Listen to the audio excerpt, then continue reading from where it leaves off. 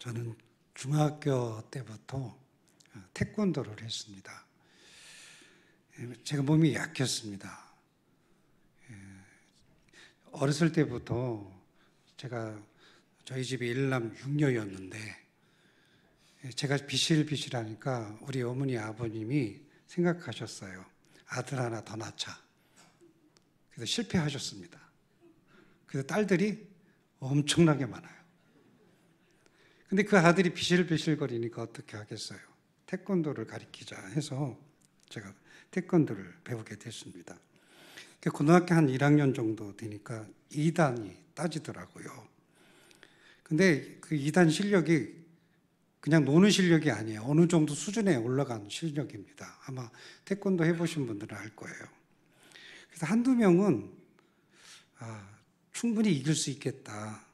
이런 자신감, 이런 능력이 생겼습니다. 어느 날 이제 학급에서 지금으로 말하면 짱이죠. 그 당시 지금으로 말하면 짱이라고 표현하는데 조용히 저를 불렀습니다. 그리고 이렇게 말하는 거예요. 야, 학교 끝나고 만나자. 그래서 왜 뭐 때문에 했더니 한번 붙어보자는 거예요. 한번 붙자 그런 거예요. 그래서 저도 자존심이 있지. 태권도 2단인데. 그래 알았어 붙자. 그렇게 했죠. 근데 그렇게 말을 하고 나서부터 이제 두려움이 찾아오는 거예요. 이제 공포가 찾아오는 거죠. 내가 먼저 이렇게 해서 이길 수 있을까? 아무리 태권도 배웠다고 해도 짱인데 정식으로 태권도 하는 거하고 막 거의 막 싸우는 거하고 이게 좀 다르잖아요. 어떻게 공격해야지? 막 머릿속에서 떠나지 않는 거예요. 도망갈까? 야, 이거 도망가면 이거 개망신인데 소문도 안 좋게 날 텐데. 하루 종일 이렇게 두려움 그리고 또 공포 또는 막 이렇게 할까 저렇게 할까 계속해서 불안하고 초조했습니다. 수업이 끝나고 나서 이제는 가야 되는 거예요. 짱하고 붙으러. 갈까 말까 머릿속에서 막 수십 번이 집에 갈까 말까 가면 안 되는데 싸우면 이길 수 있을까 이런 생각들이 계속 주어지는 거예요. 그때 선배 형이 툭 치더니 이렇게 얘기하는 거예요. 너 오늘 짱하고 싸우기로 했다면서? 예. 그랬더니 대뜸 하는 말이 내가 갈게. 나랑 같이 가자. 그러는 거예요. 근데 그 선배 그 형이 누구냐면 같이 태권도 하는 형이었고요. 그 당시 충남 고등부 대표였습니다. 그 형은요, 보이지도 않아요. 얼마나 잘하는지. 엄청나게 잘합니다. 선수니까 이거는 우리하고 수준이 달라요. 선수급하고 그냥 아마추어로 배우는 사람은요, 아주 수준 자체가 달라요. 그러니 저는 얼마나 좋아요. 그렇죠. 가죠. 그래서 그 형을 쫓아가서 그 형이 그 짱한테 이렇게 얘기를 했어요. 야, 동우 대신 내가 붙을 거야. 그랬더니 짱도 이제 쫄아들잖아요. 근데 어떻게 해요? 대신 붙는다는데. 근데요, 정말 거짓말 아니고 한 방에 날아갔어요. 이렇게, 그러니까 그 형이 이렇게 가만히 있다가 이걸로 팍 쳤어요, 여기를. 그래서 진짜 가만히 있다가 발로 차지도 않았어요. 그냥 가만히 있다가 이걸로 탕 치더라고요. 그러니까 여기 그냥 쓰러졌어요. 그리고 한 말이 있어요. 남동호 건드리지 마. 동호 건드리면 가만 안 놔둬. 제가요, 얼마나 기분이 좋은지 제 인생에 지금도 첫 번째 은인이에요. 맨날 그래요. 그 인생의 첫 번째 은인이다. 가장 불안하고 힘들 때 형은요, 내 편이 되어 주었습니다. 지금도 그 순간 생각해 보면 이런 생각이다. 성배 형이 없었으면 어떻게 됐을까? 아마 거의 개판으로 제가 투지에 맞지 않았을까? 그런 생각을 지금도 합니다. 내 편이 있다는 것은 행복한 것이고요. 내 편이 있다는 것은 너무너무 기쁜 일입니다. 오늘 말씀을 보면 이렇게 주님께서 말씀하십니다. 내가 가장 어려울 때 내 편이 되어 주신다. 이렇게 말씀하고 있습니다. 7절 보면 이렇게 말씀하시죠. 여호와께서 내 편이 되사 나를 돕는 자 중에 계시니 라고 했습니다. 예, 따라하겠습니다. 하나님은 내 편입니다. 하나님은 나의 고통을 아십니다. 나의 눈물도 보시고요. 내가 질병에 걸린 것도 아시고, 내가 하는 사업이 힘든 것도 아시고, 누구와 갈등하는 것도 아시고, 돈 때문에 힘든 것도 아시고, 내 소원도 알고 계시고, 내가 필요한 것이 무엇인지 다 하나님은 알고 계십니다. 알고 계실 뿐만 아니라 하나님은 누구 편이 되어주세요? 내 편이 되어주셔서 그 문제를 해결해 주시죠. 내 눈물을 씻어주시고 위로해 주시고 승리를 늘 우리에게 주십니다. 하나님이 내 편이 되었다라고 하는 것은 나에게 있어서, 여러분 모두에게 있어서 하나님께 큰 영광이요, 기쁨이요, 뭐라고요? 감격입니다. 맹인 바디메오가 예수님이 지나간다는 소식을 듣습니다. 예수님이 지나갈 때 막 소리를 질러요. 현대 번역 성경에 보면 이렇게 소리를 지릅니다. 저를 불쌍히 여겨 자비를 베풀어 주시옵소서. 이렇게 소리를 질러요. 사람들이 그 소리를 지를 때 막 비난합니다. 조용히 해. 이렇게 말해요. 하지만 바디메오는 3번이나 계속해서 소리를 칩니다. 주님, 치료의 자비를 베풀어 주시옵소서라고 간구합니다. 비난하죠. 이 비난이 이런 비난이에요. 넌 병신이야. 그리고 무시와 조롱을 합니다. 너 같은 그런 맹인을 누가 만나 주겠어? 예수님 같은 분이 너 같은 사람 만나 주겠어? 하면서 조롱하죠. 하지만 예수님은요, 어떻게 하셨어요? 바디메오에게 다가와서 그의 질병을 치료해 주십니다. 사람들은 아무도 바디메오 편이 되어주지 않습니다. 도리어 공격자가 됩니다. 그러나 예수님만이 어떻게 하셔요? 바디메오 편이 되어주셔서 그의 눈을 치료해 주시죠. 여러분, 내가 힘들고 어려울 때 누가 내 편이 될까요? 하나님. 하나님만이 내 편이 될 수 있습니다. 부모가, 부부가, 자녀가, 친척이, 누구 아는 지인이 내 편 될 것 같죠? 아닙니다. 아무도 내 편 되어줄 수 없습니다. 오직 하나님만이 어떻게 해요? 내 편이 되어주십니다.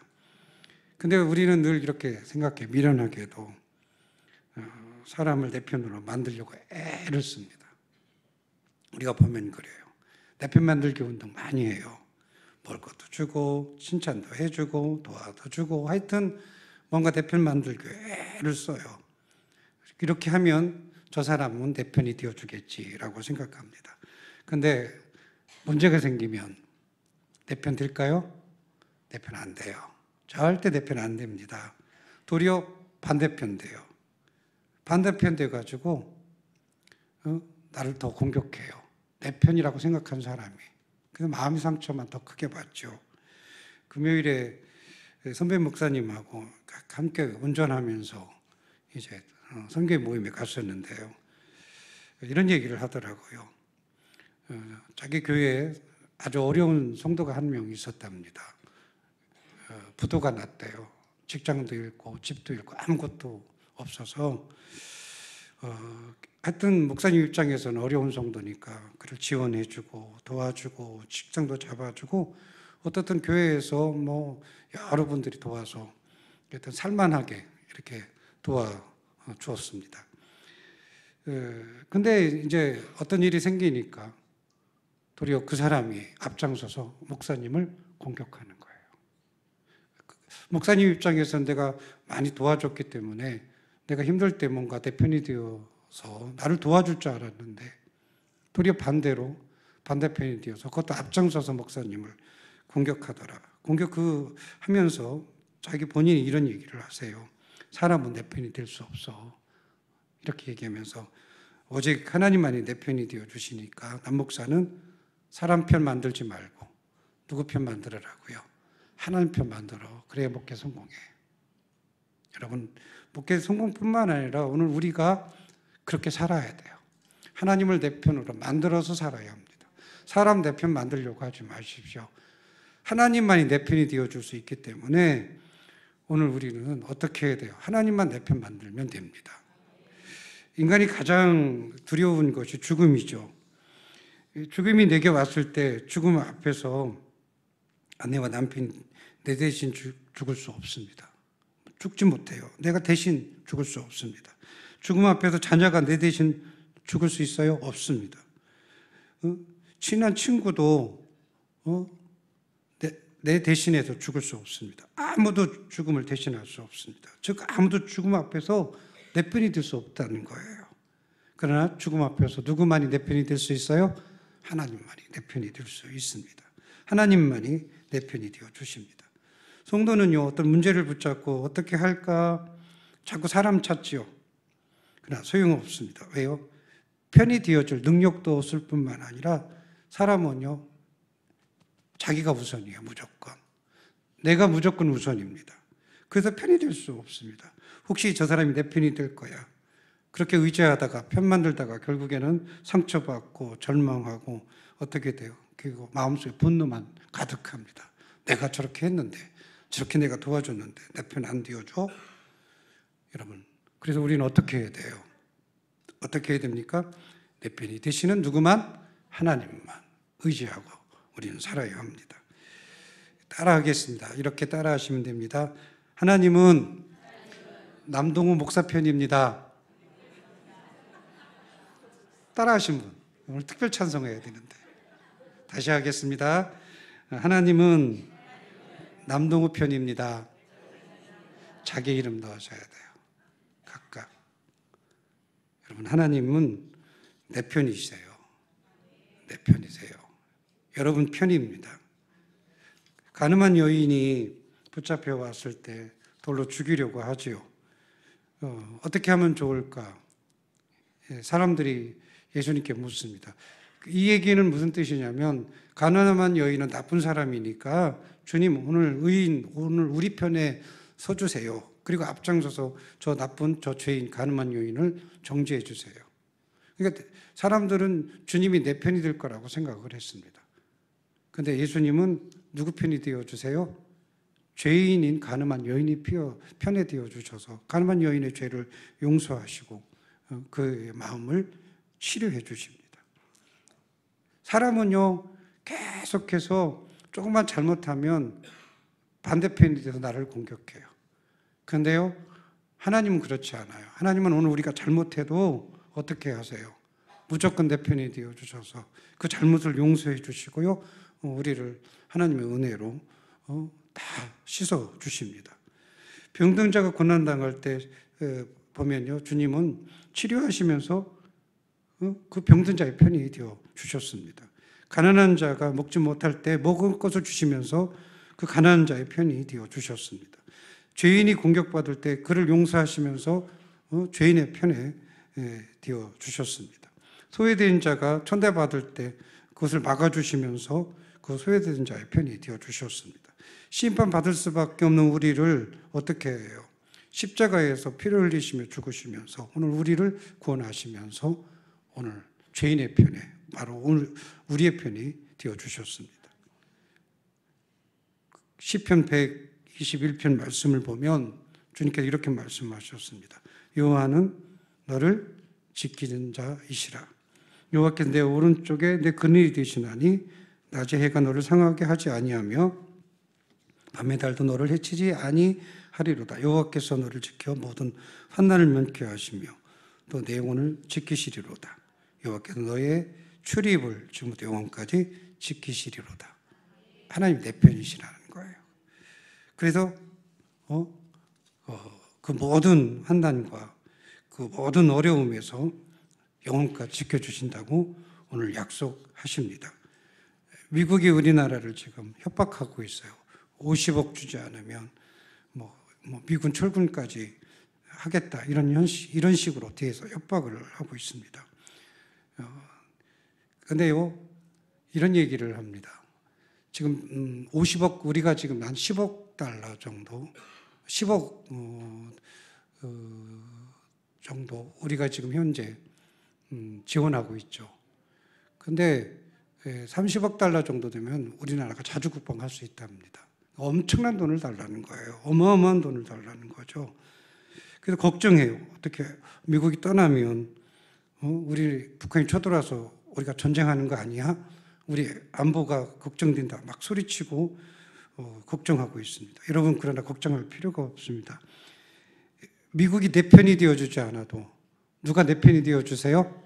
하나님이 우리 민족의 편이 되어주시기 때문에 걱정할 필요가 없어요. 하나님이 내 편인데, 하나님이 대한민국 편인데 걱정할 필요가 없는 거예요. 여야가 지금 정치적 혼란을 겪고 있죠. 그래서 걱정합니다. 아이고, 저렇게 정치인들이 계속 싸우면 어떻게 할까? 여당 대표는 막 나라를 위해 단식한다고 그러고, 또 여당은 나라를 위해 공수처를 만들어야 된다고 지금 소리치고 있고, 서로 오라 그렇게 지금 싸우고 있죠. 그래서 걱정이에요. 그러나 여러분, 걱정할 필요가 없습니다. 왜냐하면 하나님은요, 누구 편이세요? 우리나라 국민 편이기 때문에. 그래서 오늘 우리를 지켜주시기 때문에, 잘 사는 나라를 만들어주시기 때문에 걱정할 필요가 없는 거예요. 왜? 하나님을 믿는 민족이기 때문입니다.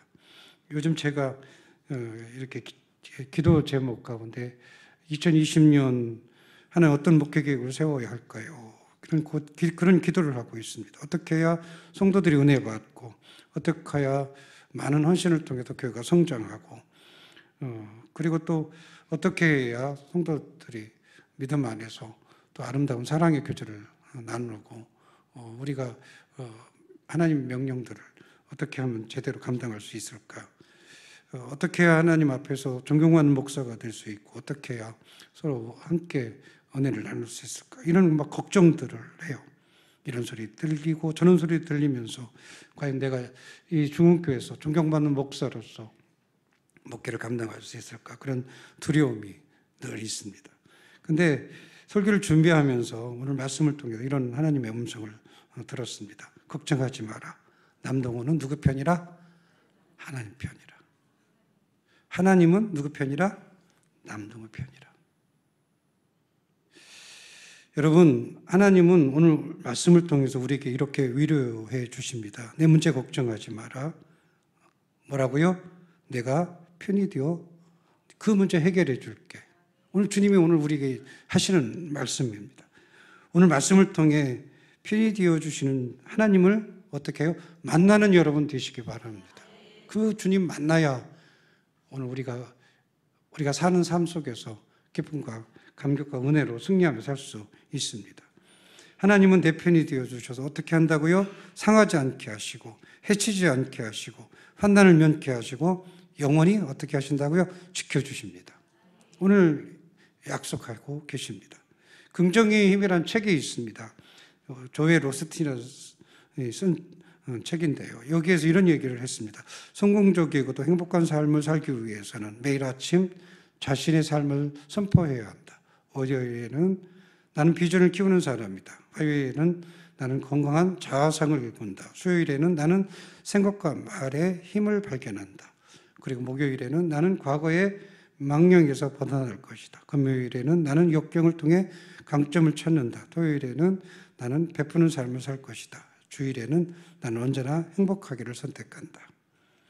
하나님이 내 편이 되시기 때문에 이런 긍정적 선포만으로도 우리는 인생의 장애물을 뛰어넘을 수 있다. 이 책에서 이렇게 결론을 냈습니다. 하나님이 내 편이시기 때문에 그냥 긍정적인 말만 해도 내 인생이 성공한다는 거예요. 여러분, 누가 내 편이시라고요? 하나님이 내 편이시기 때문에 우리가 실족하지 말고, 걱정하지 말고, 두려워하지 말고, 사람 때문에 흔들리지 말고요. 끝없이 하나님 내 편이 되시기 때문에 주님 바라보면서 축복을 선포하며 살아가는 여러분들 되시기 바랍니다. 기도하겠습니다. 아버지 하나님, 은혜와 사랑 감사합니다. 믿음 안에서 내 편이 되시는 하나님을 발견하고 주님의 은혜 안에 거하여 아버지 온전한 축복된 삶을 살아가는 저희들이 되게 하여 주옵소서. 힘들고 어려울 때마다 하나님은 내 편이십니다. 이렇게 고백하며 선포하며 살아가는 저희들이 다 되게 하여 주옵소서. 예수님의 이름으로 간절히 기도하옵나이다. 아멘.